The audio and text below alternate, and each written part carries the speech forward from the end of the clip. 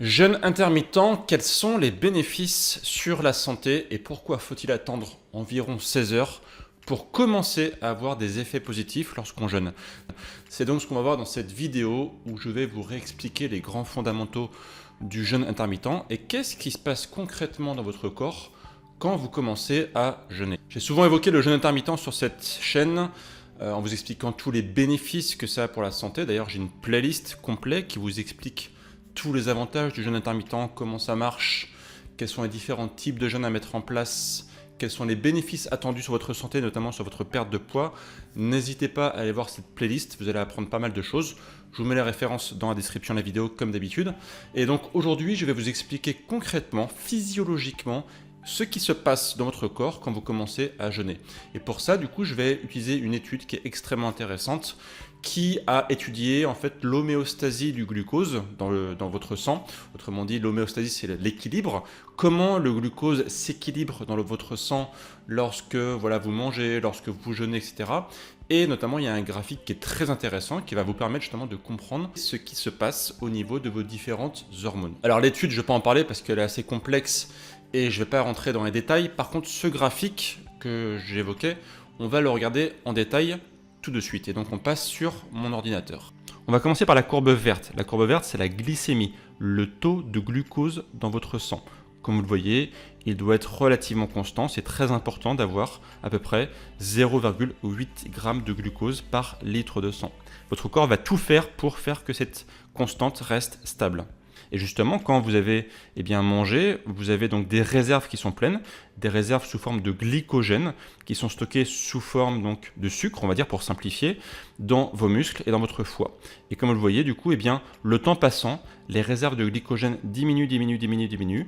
Votre corps utilise son carburant, un peu comme une voiture qui utilise son plein d'essence. Et puis, le temps passant, vous voyez qu'aux alentours de 10-12 heures, les réserves sont vides et donc ce qui se passe, c'est que la glycémie ici voit une petite chute.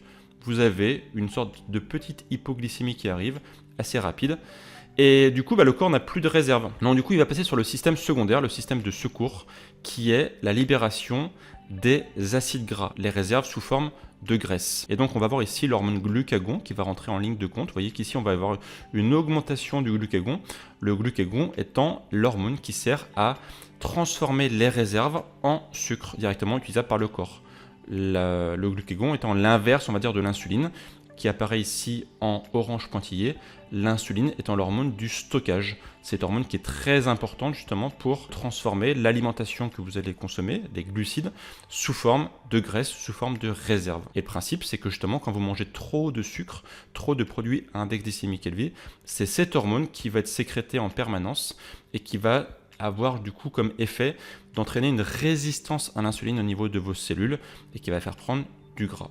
Donc quand vous avez des réserves qui sont épuisées, vous voyez que vous avez une augmentation assez rapide des FFA. FFA, c'est Free Fatty Acid, donc des acides gras libres, donc qui vont augmenter dans le sang. C'est à ce moment-là que vous allez aussi avoir une augmentation des cétones, donc les cétones étant donc le carburant alternatif du corps, pour faire simple. Et vous voyez qu'en fait tout se passe ici dans cette fameuse barrière des 12 heures. Quand on arrive aux alentours de 12 heures, vous avez un changement, un switch au niveau énergétique. Votre corps du coup passe sur un environnement brûlage de sucre à un environnement brûlage de graisse. On voit ici que l'augmentation des acides gras libres et des cétones montre bien que votre corps libère de la graisse. Et donc on voit que c'est entre 15 et 20 heures que vous allez avoir principalement ce switch qui va s'opérer.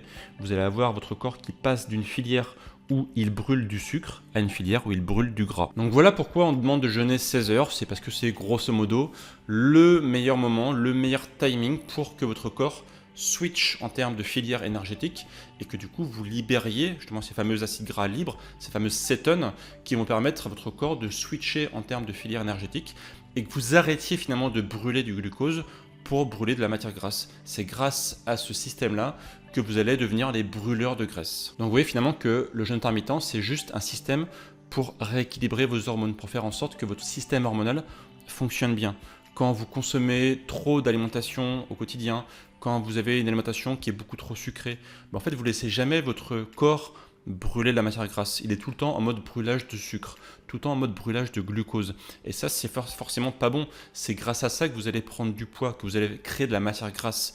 Donc laissez votre corps un peu brûler la matière grasse, laissez-le un peu fonctionner normalement, comme il est programmé nativement, si je puis dire. Et c'est comme ça que vous allez perdre du poids, c'est comme ça que vous allez perdre de la masse grasse grâce au jeûne intermittent. Si vous souhaitez en savoir plus pour savoir comment bien appliquer le jeûne intermittent, parce que là on a vu la partie théorique, si vous voulez voir la partie pratique, n'hésitez pas à aller voir la vidéo qui est juste en dessous de moi, n'hésitez pas à cliquer, vous en saurez plus concrètement sur le jeûne intermittent. Et moi je vous retrouve très bientôt pour de prochaines vidéos, et d'ici là bien sûr, prenez soin de vous. Ciao!